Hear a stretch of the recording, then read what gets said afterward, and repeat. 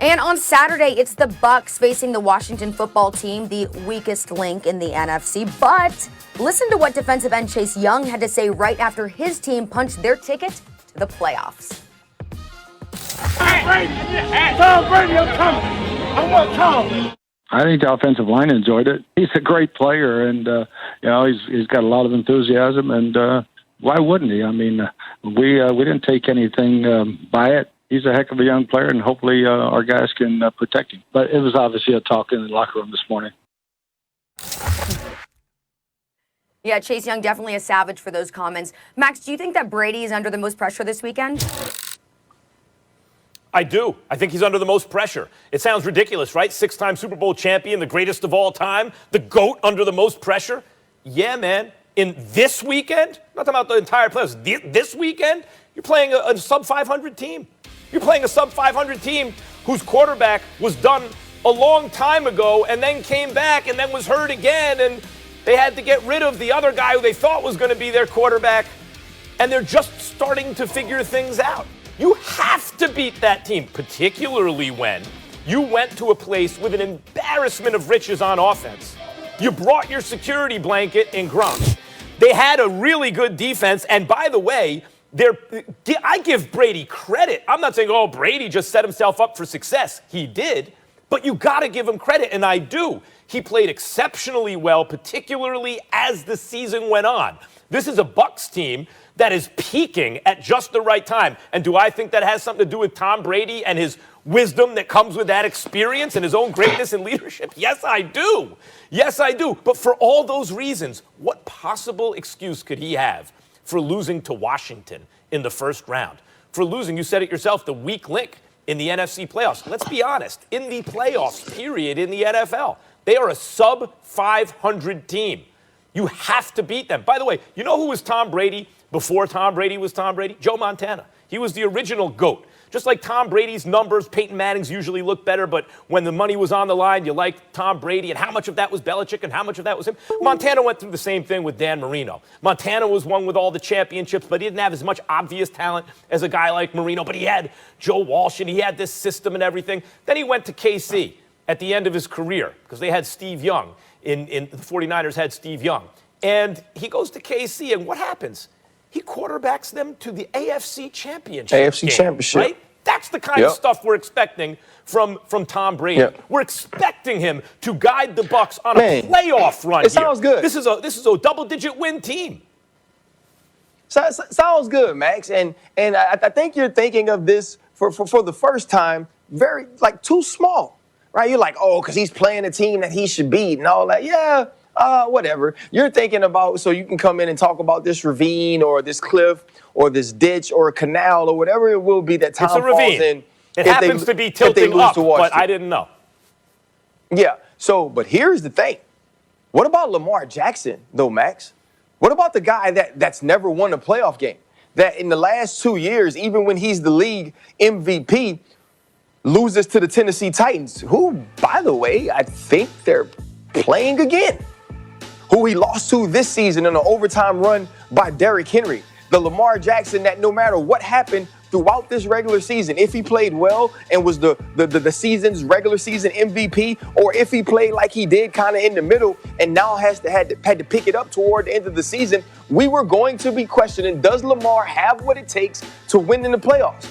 Can Lamar Jackson, with what we perceive as his limitations as a passer, being the lead runner on a team, win a playoff game? Can you get to a Super Bowl that way? That's the question we were asking of Lamar Jackson before the season started. And then now, the Lamar Jackson who didn't win the AFC North, who is just one of the 3 teams that gets in, 2 teams that got in by wild card, who isn't a Pro Bowler, right? Who isn't in the MVP conversation. Now he has to go to Tennessee, and now that his heights of individual play are no longer there, there's only one question. Are you good enough to win playoff games?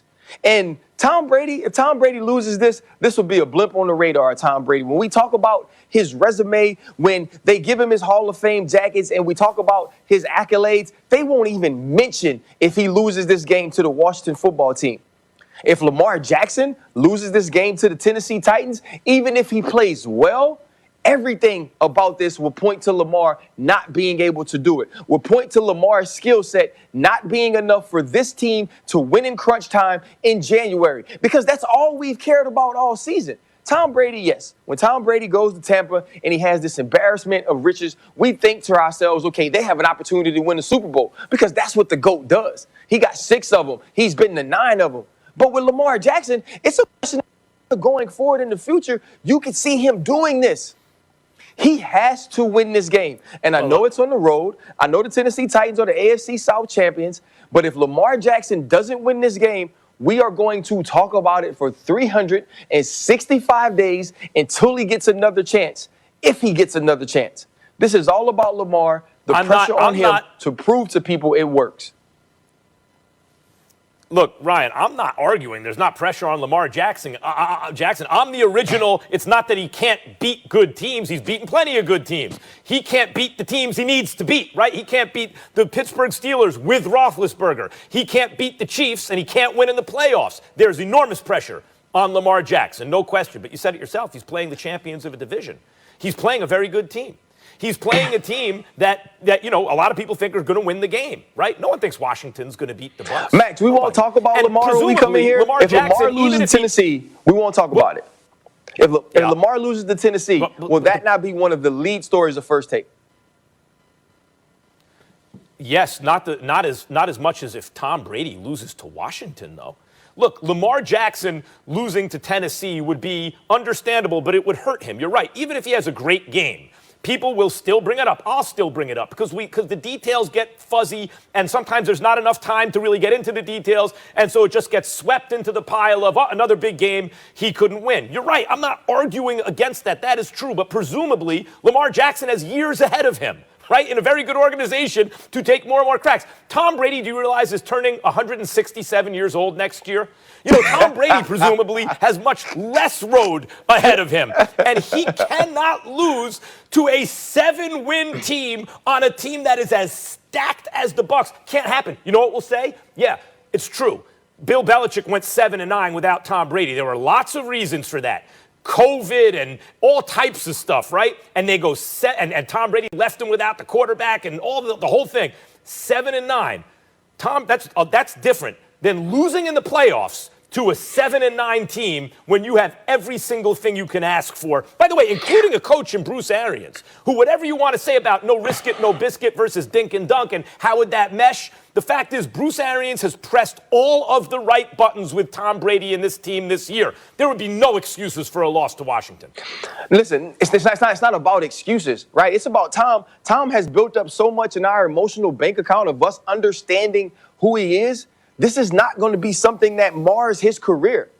Lamar Jackson has one huge question. We don't question if he's talented. We don't question if he's a good enough quarterback to win in the regular season. We don't question any of those things.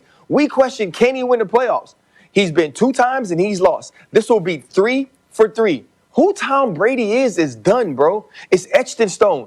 All he can ever do is continue to elevate. All he can ever do is continue to create more separation between him and the next guy. Losing this game doesn't knock Tom Brady back into the fray of everybody else. We want to see what Tom Brady does under pressure without Belichick. That's what this whole year is about. Belichick doesn't look great right now, missing the playoffs without Brady. How's Brady going to look if he doesn't win a game against a 7-win team in the first round of the playoffs when his team is stacked? People will say, look what Brady did without Belichick. Right, and what he did was he got a team to the I think if I were Tom Brady, I would be highly embarrassed to lose to the Washington football team in the playoffs. I'm not Tom Brady, but I feel like he would maybe agree with that one. But guys, if the Bucs offense rolls like it has been in these past few games, they should be just fine. They've scored 122 points combined in their last 3 outings. But we got to go. Got to wrap up this segment. We have lots more to get to right here on First Take. It is almost time for the national championship game. But should the show go on even with COVID issues plaguing the Buckeyes? And also, if you did